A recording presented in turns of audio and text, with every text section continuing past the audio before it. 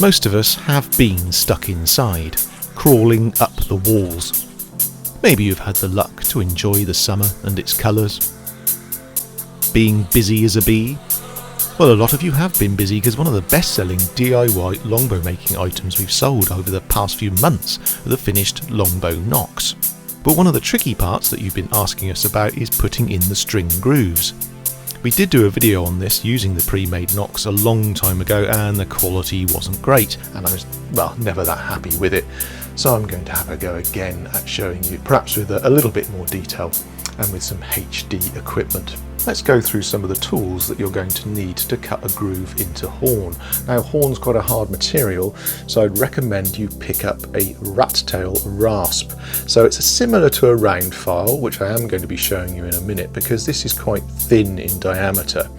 This is very, very coarse though, so it's really going to help you cut into that horn, because the horn's quite a hard material. I've just put a handle on this myself. They tend to just come as the tool itself, and you tend to put your own handle on. I've actually used an old bit of broken bow. There we are, it does happen occasionally. So yeah, that's a rat tail rasp. So after you've used the rasp, you will then use a round file. Some people just use these exclusively for putting grooves into the horn nocks, but as I say, the cut isn't quite as coarse on these sorts of files, and it's also much larger. You'll find with the rat tail rasp that you can do a much thinner, easier cut, and then use this to extend the width and depth of that groove into the horn. So that's a round file. As I say, they come in various widths. I'll put in the description box below the type that this is and reference to the other tools so that you can check that out. And once you've done that, that will of course take down some of the edges and get rid of some of the coarseness left over by the rat tail rasp. But you'll then need a bit of sandpaper to get rid of all those marks again. So a sort of three-stage process in finishing the groove when you're happy with it. One of the other tools that you'll find are really, really useful is to be able to hold the actual horn when you're working on it again, which is something people often ask about if you're doing it prior to putting it on the bow. We usually put the nocks onto the bow and then we put in the grooves, because you've already had the tillering grooves in the actual piece of wood that you're working. You would then replace those once you're happy with the bow and putting nocks on. So obviously you can then use the bow in one hand to hold it steady whilst you're then putting the grooves into the nocks. If you're not doing it that way around, and you're, say, like we are when we sell these with grooves in for customers such as yourselves, if you don't want to bother with all this, then you need something to hold it. So a piece of wood, so this is just a simple piece that would have otherwise been turned into a bow. It's a piece of lemon wood, but you can obviously use anything with the correct conical shape. So that's matching the cone that goes into there. So that sits on like that, which means I can then hold that quite easily against a piece of wood that's got a hole in it. I use a piece of wood on my bench here that I'm leaning against now, so that matches the sort of size of the end of the nock here. So I can push that into that hole. It enables me with one hand to keep this steady and onto the thing so it doesn't keep falling off, and then with the other hand I can do the work with the rasps. Okay, so let's take a look at how you actually put the grooves in. Let's start by looking at the top nock. Okay, I've got that on my handy bit of wood, and I'm going to use the rat tail rasp. People often ask, well, where do you start? Well, as a rule of thumb, and excuse the pun, I use my thumb to indicate where the fattest part of the nock is there, so the real bulbous part, and I start my groove there very carefully, using the thumb as a guide. Moving around to this side shot here, you can see I've made that initial mark and I'm still using my thumb there so that I don't accidentally scrape down the rest of the nock. So I'm actually using that as a guide. So once I've got enough of a groove there, the rat tail rasp will sit nicely enough into that groove that I can get rid of my thumb and start making the groove into the nock. The motion I'm using here is, obviously I'm right-handed, so I'm using the tool with my right hand, and with my left hand I'm turning that piece of wood that's got the nock on it, pushed into that hole on the piece of wood on my bench. Now, the tool isn't moving very much apart from the backwards and forwards motion. A lot of the turning that I'm getting the angle into this groove here is being done by actually moving my left hand around. I'm moving the tool slightly as I'm moving the nock around. As you can see here, I'm moving my body around to get that groove down the other side of the nock. Now with the top nock, we're wanting to create grooves that go down at a relatively steep angle, approximately 45 degrees. You can obviously mark on here in pencil if you're not confident enough to do it in the way that I'm doing it. I've done thousands of these, so I don't bother marking it anymore. I can generally do it without actually having to mark it first. If you were doing it in the process like I was talking about earlier on, where you're doing it on the finished bow, I would do a very small groove at the top where I marked with my thumb, put the string on, brace the bow up, and actually draw around where the string is sitting to give me the exact position of this groove. So that we're getting close to where we want that to be. As you can see, I'm having to look there at the back to see where those two ends of the grooves are. You can see that left hand side's not quite right, so I'm putting that back on there and I'm getting just evening those up. With this top nock, the grooves don't actually meet, they go down the nock and towards the back of the bow, sorry, the belly of the bow.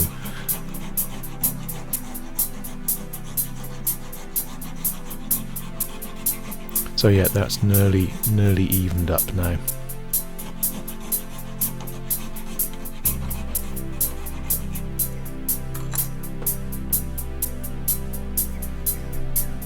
Yeah, that's okay shape-wise. So let's use the larger round file here, to open up that groove, to get that a more suitable width and depth for the actual string that's going to sit in it, because obviously the majority of work that the groove is doing is to stop the string slipping out, so it needs to be deep enough and wide enough to get the string in and out when you're bracing it, and as I say, deep enough for it to stay in there during use.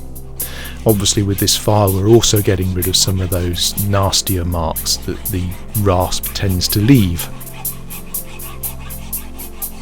and also any further shaping that I need to do, any further alteration to evening up the grooves down the sides there can also be done with that tool. So that's our top nock done. As you can see, that's quite a good shape, they're nice and even, and we've got a good depth. The string's going to fit in there nicely. Now we need to get rid of some of those marks and the sharp edges, because obviously that'll cut the string.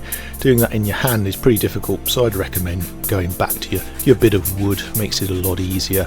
As I say, this is quite an important stage, and you can keep doing this with various different grades of sandpaper till you're happy.